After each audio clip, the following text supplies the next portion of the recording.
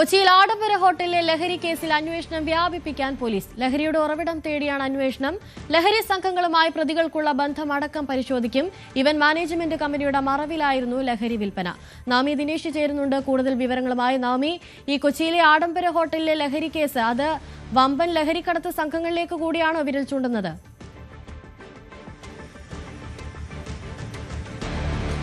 അനുശ്രീ, അങ്ങനെ തന്നെ പറയേണ്ടി വരും. കാരണം കസ്റ്റംസ് കൂടി ഈ അന്വേഷണം ഏറ്റെടുത്തിരിക്കുകയാണ്. ഉടനെ തന്നെ കേസ് രജിസ്റ്റർ ചെയ്യുമെന്നാണ് അറിയാൻ സാധിക്കുന്നത്. കാരണം ഈ ഷോൺ കഴിഞ്ഞ വർഷം ഡിസംബർ മാസത്തിൽ ഒരു ലഹരി പാർട്ടി ക്രൂയിസിൽ ഒരു ലഹരി പാർട്ടി സംഘടിപ്പിച്ചിരുന്നു.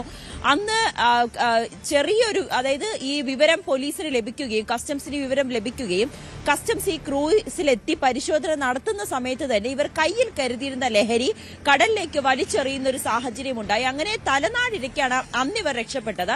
അപ്പോൾ തന്നെ കസ്റ്റംസ് ഇവരെ പിടികൂടുന്നതിന് വേണ്ടിയിട്ടുള്ള വല വീശിയിരുന്നു. അതിനിടയിലാണ് ഇപ്പോൾ ഈ ഹോട്ടൽ വെച്ച് സമാനമായ രീതിയിൽ ലഹരി പാർട്ടി നടത്തുകയും പോലീസ് അവരെ പിടികൂടുകയും ചെയ്തു. പക്ഷേ ഇപ്പോൾ ഈ 8 പേരെയും പോലീസ് വിട്ടത് കാരണം അവരുടെ കയ്യിൽ അളവിൽ കുറഞ്ഞ രീതിയിലുള്ള ലഹരി മാത്രമേ ഉണ്ടായിരുന്നുള്ളൂ. പക്ഷേ പോലീസ് പറയുന്നത്, കസ്റ്റംസും ഇതുമായി ബന്ധപ്പെട്ട് വ്യക്തമാക്കുന്നത്, ഇവർ നിരന്തരം ഇത്തരത്തിലുള്ള ക്രൂയിസുകളിലും ആഡംബര ഹോട്ടലുകളിലും ഇത്തരത്തിലുള്ള പാർട്ടികൾ സംഘടിപ്പിച്ച് ലഹരി കച്ചവടം നടത്തുകയും ലഹരി ഉപയോഗിക്കുന്നവരുമാണെന്നൊരു നിഗമനത്തിലാണ് അന്വേഷണ സംഘം എത്തി നിൽക്കുന്നത്. അതുകൊണ്ട് തന്നെ ഇതിൽ കൂടുതൽ ആരെങ്കിലും ഉൾപ്പെട്ടിട്ടുണ്ടോ എന്ന അന്വേഷണത്തിലേക്ക് വ്യാപിപ്പിച്ചിരിക്കുകയാണ്. ഒപ്പം ഇവർക്ക് വിദേശത്ത് നിന്നാണ് ഇത്തരത്തിലുള്ള മാരക ലഹരി എത്തുന്നത് എന്നുകൂടി അന്വേഷണ സംഘത്തിന് വ്യക്തമായി. അങ്ങനെയാണെങ്കിൽ ആരാണ് ഇവരെ ഇതൊക്കെ എത്തിച്ചു നൽകുന്നത്, ആരാണ് ഇതിൽ പങ്കാളികളായിട്ടുള്ളത്, ഇക്കാര്യങ്ങൾ വിശദമായിട്ടുള്ളൊരു അന്വേഷണം നടത്തുകയാണ് കസ്റ്റംസ്. ഇതിൽ ഒരു ഹോട്ടൽ മാനേജ്മെന്റിന്റെ മറവിലാണ് ഇത്തരത്തിൽ വലിയ ഒരു മയക്കുമരുന്ന് ശൃംഖല പ്രവർത്തിക്കുന്നത്.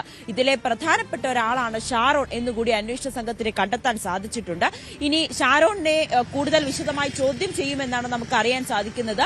വരും ദിവസങ്ങളിൽ ഇതുമായി ബന്ധപ്പെട്ട് കൂടുതൽ ചോദ്യം ചെയ്യലുകൾ അല്ലെങ്കിൽ അറസ്റ്റ് അടക്കമുള്ള കാര്യങ്ങളിലേക്ക് കടക്കുമെന്നത് നിസ്സംശയം നമുക്ക് പറയാനും സാധിക്കും. കസ്റ്റംസ് എന്തായാലും അന്വേഷണം ഊർജിതമാക്കിയിട്ടുണ്ട്.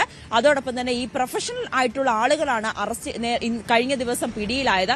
അതിൽ ഡോക്ടർമാരുണ്ട്, ന്യൂട്രീഷനുണ്ട്, ദന്ത ഡോക്ടറുണ്ട്, ഹോട്ടൽ മാനേജ്മെന്റ് ഉണ്ട്, ഹോട്ടൽ ഉടമകളുണ്ട്. അങ്ങനെ വലിയ പ്രൊഫൈലിലുള്ള ആളുകളാണ് ഇത്തരത്തിൽ ലഹരി ഉപയോഗിക്കുകയും അതിന്റെ മറവിൽ വലിയ രീതിയിൽ കച്ചവടം നടത്തുകയും ചെയ്തതെന്നാണ് അന്വേഷണ സംഘത്തിന് കണ്ടെത്താൻ സാധിച്ചിട്ടുള്ളത്.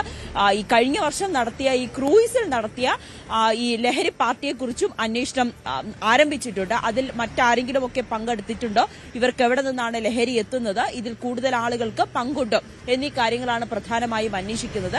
കൊച്ചിയിലെ ഒരു ആഡംബര ഹോട്ടൽ വെച്ചായിരുന്നു ഇവരൊരു ലഹരി പാർട്ടി സംഘടിപ്പിക്കുകയും ഒരു DJ പാർട്ടി സംഘടിപ്പിക്കുകയും അതിൽ ഈ ഇത്തരത്തിലുള്ള മാരകമായിട്ടുള്ള ലഹരികൾ സുലഭമായി ലഭിക്കുന്ന സാഹചര്യങ്ങളിലേക്ക് വരികയും ഒക്കെ ചെയ്തു.